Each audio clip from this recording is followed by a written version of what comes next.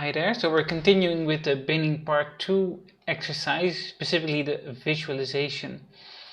So we're continuing adapting in a way the exercise we did before with the Excel file where we visualized the abundances of each config in the different sequencing samples that we have. So we're going to do almost the same, except now for each config we're adding some extra information, namely in which bin is it. So we have 6 bins, so that's a number between 1 and 6. And if we have that column, then we can sort the entire file on that column. So all the contigs of these same bins are together, and then we can see in Excel, in the color pattern, if our binning is any good. So let's start doing that. In the visualization, I'm just going to explain to you what I'm going to do.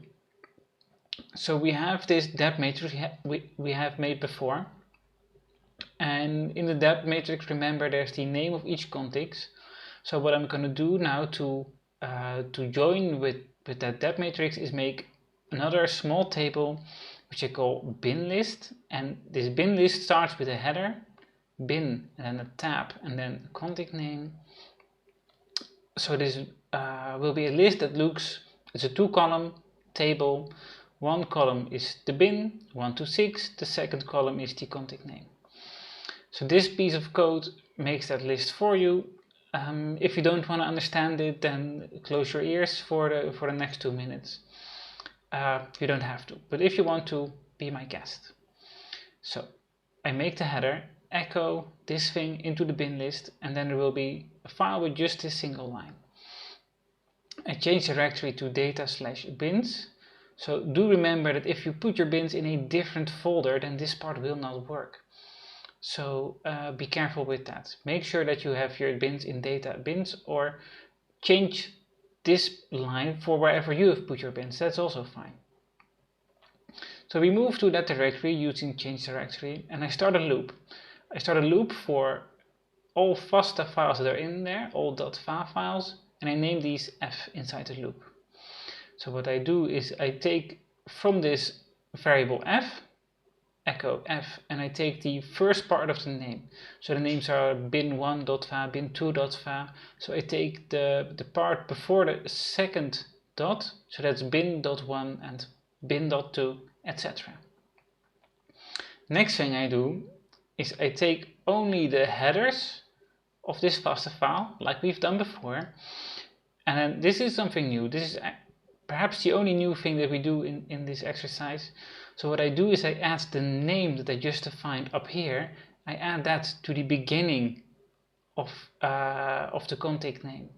So and a tab afterward. So what you then get is row by row the bin number, and then second the config name. That's all. So then we sort that, blah blah blah, and we add this. There's no writing to, but adding to the bin list we've just created. And then I change directory back down to the original directory. Let's see if it works. And it works. As always, we check what it looks like. So it's exactly as I expected. There's a bin and a config name header, the first line, and then below is a number between 1 and 6, so 1 is by coincidence not in here, and it's sorted on the second column where you have all the different contigs. I wondered what happened between here, but never mind. So let's compare these with the names we have in our depth matrix. Let's do that. Data/depth. So those are the same names. So why is there one more here than there is here? Huh. I actually don't know.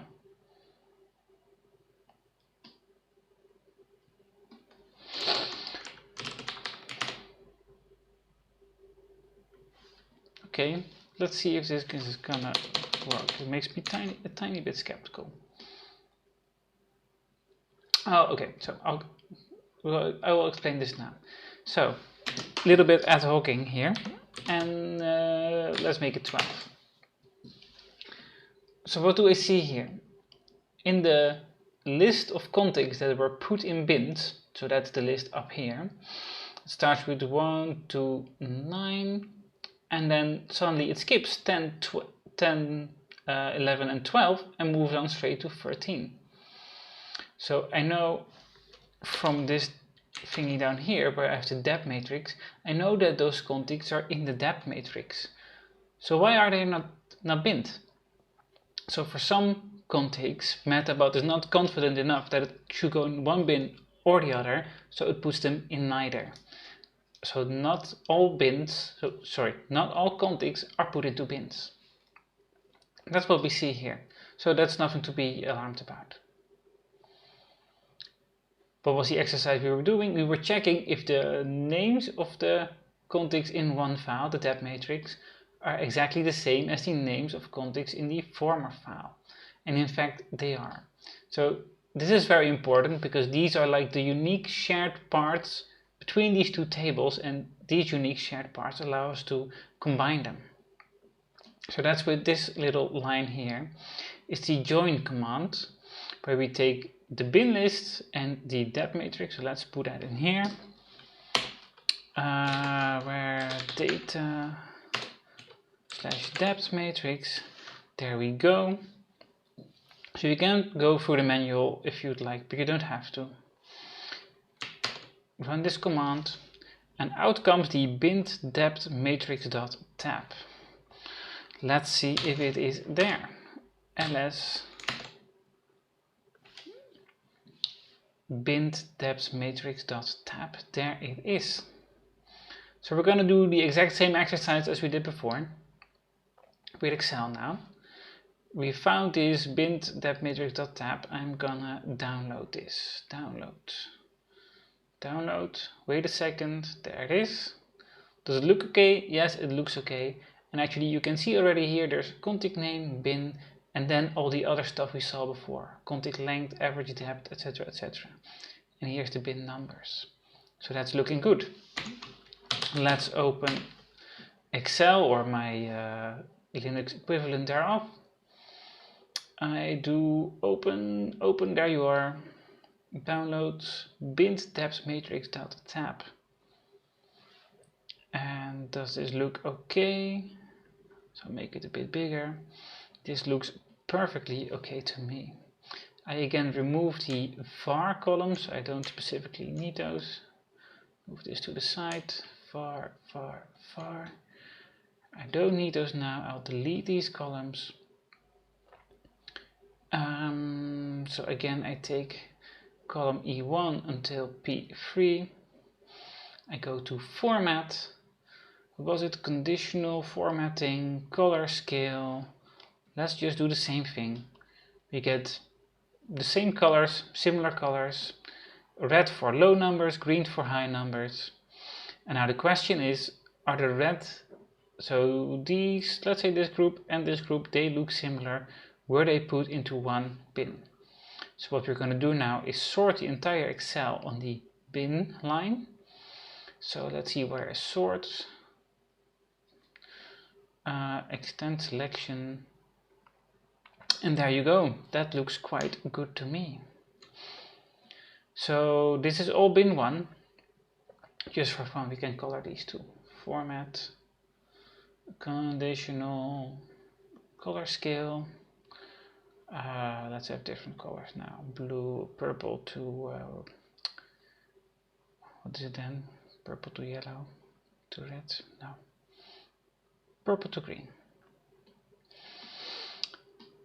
So there's all these contigs that go into bin 1. This is an odd one.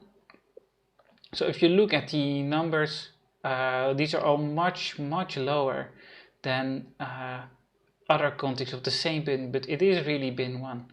I realize now you cannot really see, but if you look closely you can see there's a 1 in here. So why does that happen? Well, perhaps this one contig in coverage, in depth I have to say, in depth is very different from the other contigs. but perhaps in sequence composition, these schema profiles that were computed before, it's so similar that Matplotlib decided to put it in anyway. Scrolling through, still in bin 1, and here's a very clear divide. So as soon as we move to bin 2, just over here, you see that the abundance profile, so to say, over the different samples is drastically different. It's very different from bin 1, but within bin 2 it's actually quite similar. Let's move along. 10 minutes. So bin number 3, again it's less different than before, I have to say, but still there is quite a clear difference, especially in these latter samples. So I guess now you also see the importance of having these different samples. Let's say that these latter 2 samples I didn't take because of funding or laziness, I don't know, and I only had these first 4 samples here. I perhaps would not have been able to differentiate this bin number 2, from bin number 3. Bin number 4 is a bin with very few contigs. It has a clear different abundance profile, especially in this sample. So you see how just orange on red is a very unfortunate color. But you see how just having this one sample here actually saves me in being able to differentiate bin number 4 from bin number 3. Bin number 5, same story, very low numbers, but it is clearly different. And bin number 6 is even a bit lower in this sample. This sample here. This again is a really odd one. I am 99% sure that this contig should actually have gone into bin 1. So I guess this also is an important lesson for algorithms and binning practices in general.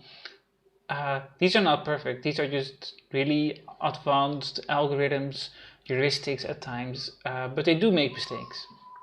So it's important to check your data always and not just trust on them blindly. Cool, so that's the exercise. If you manage to do this, well done.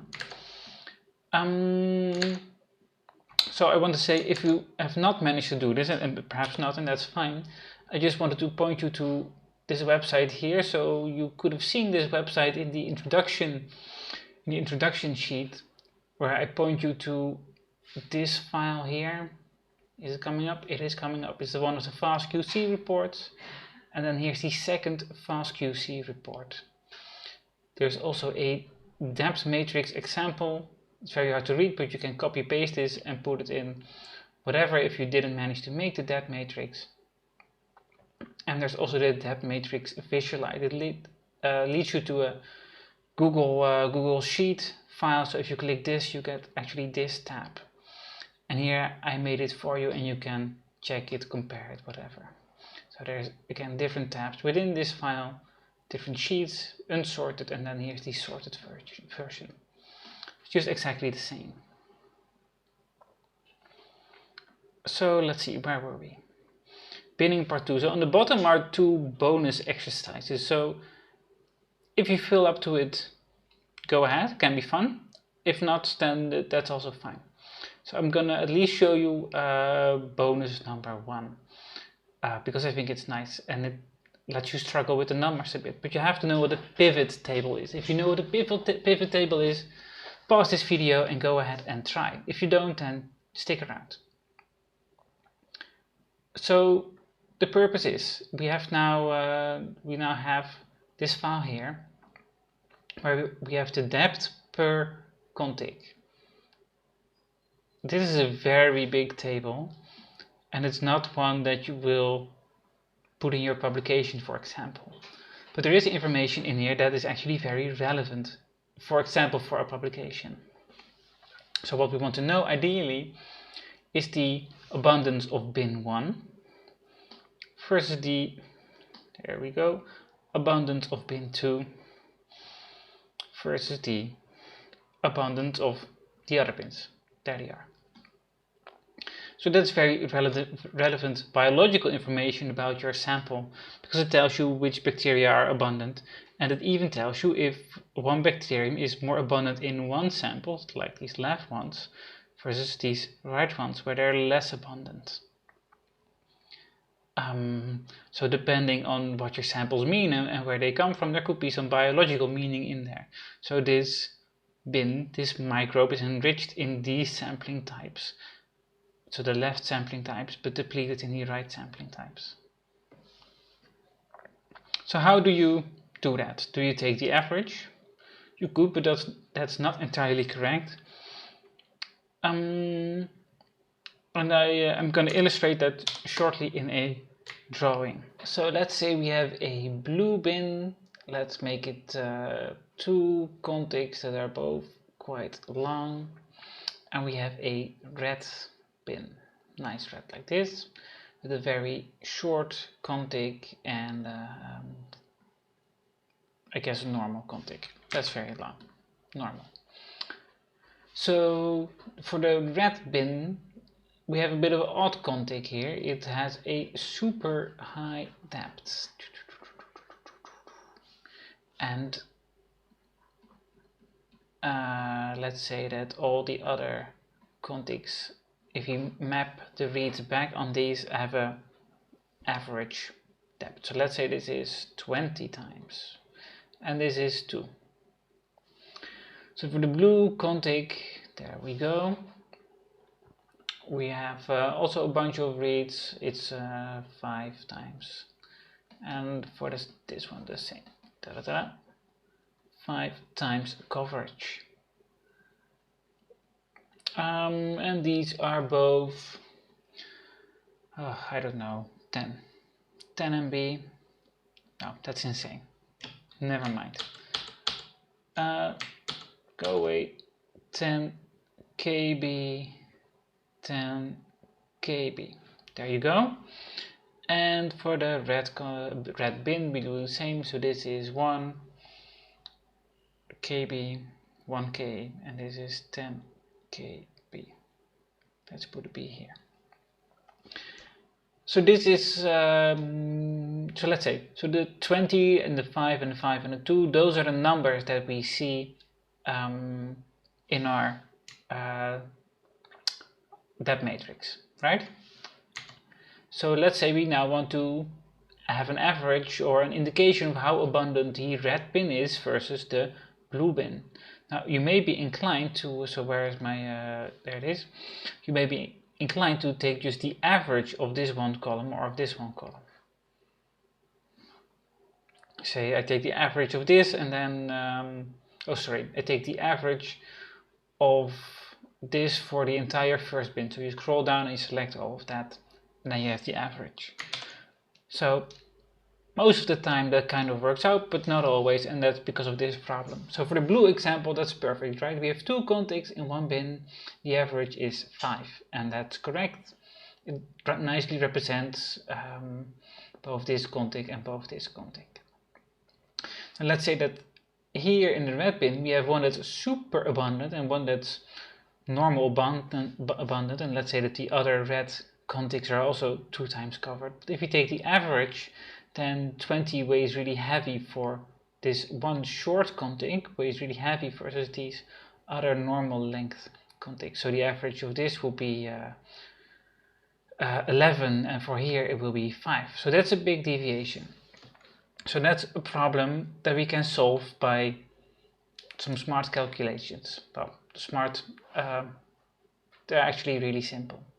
So what you want to do is you want to have a number that reflects the original amount of sequencing data present in that sample, and not so much the depth of a contig, of which the length could be anything. So for the blue one, we start with the blue one. That's 10 times 5, that's 50. And here again it's 50. So together it's 100. Easy as that. The blue abundant, so to say. For the red one, we have 1 times 20. So that's 20. And 2 times 10. So also 20. So the sum of both of these is 40. So now I illustrate this with just 2 contigs per bin, but of course there's many contigs in each bin. But there is these outliers like this one. So that could happen because you have a short contig in which there's very common genes and perhaps reads that were originally from another microbe actually map back onto this gene as well, giving it a higher abundance in your calculations than it actually has in reality. Can happen. So let's now do that in the real numbers. So let's go to,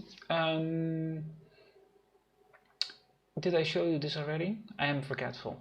So I think I did, but never mind, I'm gonna show you. So remember when you read the introduction to this whole practical, there was this website where there was the FastQC reports. So those were the FastQC reports for E1, for sample E2. Actually on here there's a depth matrix file as well, so you can copy the entirety of this and work with that if you want to. Oh, now it's gone. There's also this here, depth matrix visualized, and here I have the Excel file that we just made but online. So you can click this button and it pops up in big over here. So you have the same thing we just saw. There you go. Then sorted by bin. The colors are different, but the principles is the same. So, and what I did in this file, I graded out to make it perhaps a bit less confusing or scary on first sight. So what I did here is I multiplied. Can we see this? Yeah. So I multiplied first the contig length with the total average depth, but what I also did is I multiplied the length of the contig. So that's this, with the depth of the contig in one particular sample. So that's this. And I did that for all samples and also for just the average depth to make it a bit easier. So let's work with the average depth first, and we go to the bin abundance tab over here. So I did both the proper way, which I just illustrated, and I did the lazy way, where I just took the average of all contigs, of all depths of all contigs. So I made a pivot table. Pivot tables, they work slightly different for Mac and Linux and Windows and whatever you bring to the classroom. But it's always called pivot table, so I'm sure you can find it. I make a pivot table of the original data. So what's in there? Can we see? No, we can't, never mind. So I made a pivot table, and in the columns I have the different bins, bin 1 till 6. And then here I have the sum of depth times length. So that's, where are we? Not this tab, but here. I say, first look at this column, and if there's a 1, for all the rows that have a 1, take the sum of this and this and this and this and this. Until you encounter a 2 here, then you start again, but for 2. So that's what we see here. This is the sum of these, so the sum of these factors, the length times the depth of contigs for bin 1, for bin 2, bin 3, etc. What I also did is I took the sum of the length of the contigs. So basically, this is just the length of the bin. Bin number 1 is 4.8 megabase long, bin number 2 5.8, and you can see the rest. Now the nice thing to do is to again take this total abundance, so to say, and divide it by the length of the actual contig, and then you have not, so you don't have the abundance, the average abundance of the,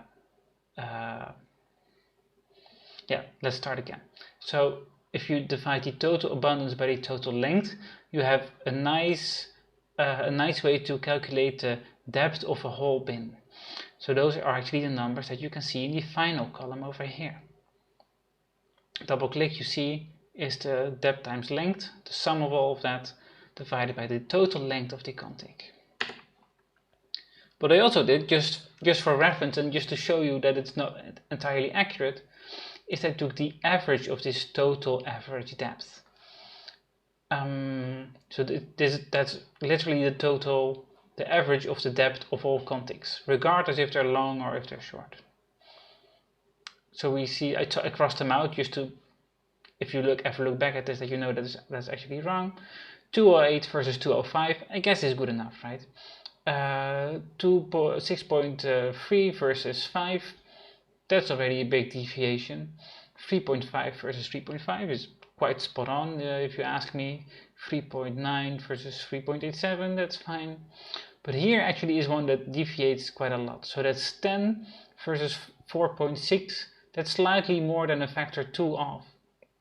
So that's how this can go wrong. And indeed bin 6 was one of these bins with very few contigs, right? If you have many contigs, it doesn't matter that much.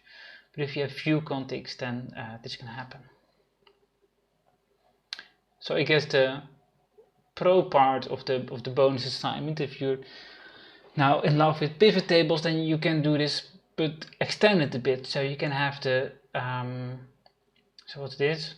This sum of this depth times length factors for each of the different bins, for each of the different samples. So this is the abundance of bin 1 in sample E1. Next up is the abundance of bin 1 in sample E2. You go on and you go on and you go on. Then at the end there is again the length of this entire bin. That's of course just the same. Next thing you can do is you can divide again the abundance of each of the samples by the total length, and you get the abundance of a bin per sample. So that's what we see here. This part, the bin depth per sample. And if you remember, these actually are, so this is, how should I say, so the first 3 samples, those were the leaf samples, and the second 3 samples are the whole plant samples. So in the experimental setup of a metagenomics experiment, you often have different fractions or different sampling sites, but also biological replicates. So what I can do now is I can say the average abundance inside the leaf is the average of these 3, and the average abundance in the entire plant is the average of these 3. You can do that for all 3 bins, and that's exactly what you see here.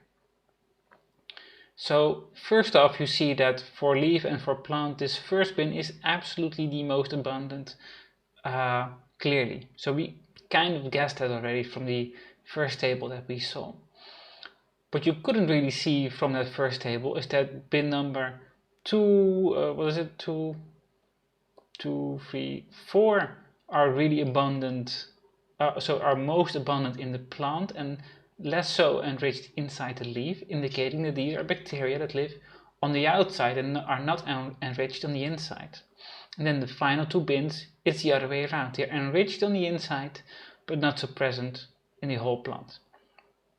So this, so opposed to this table here, which is a bit of a mess, if you look at this table here where you have the average and the standard error means, if you'd like to, you have actually a result that you could put in your research projects for your masters. And there's some nice biological information in there.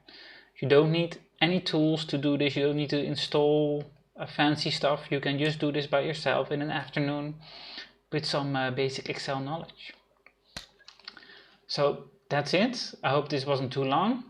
I'll see you in the next video about check M, where we're going to check the quality of our bins.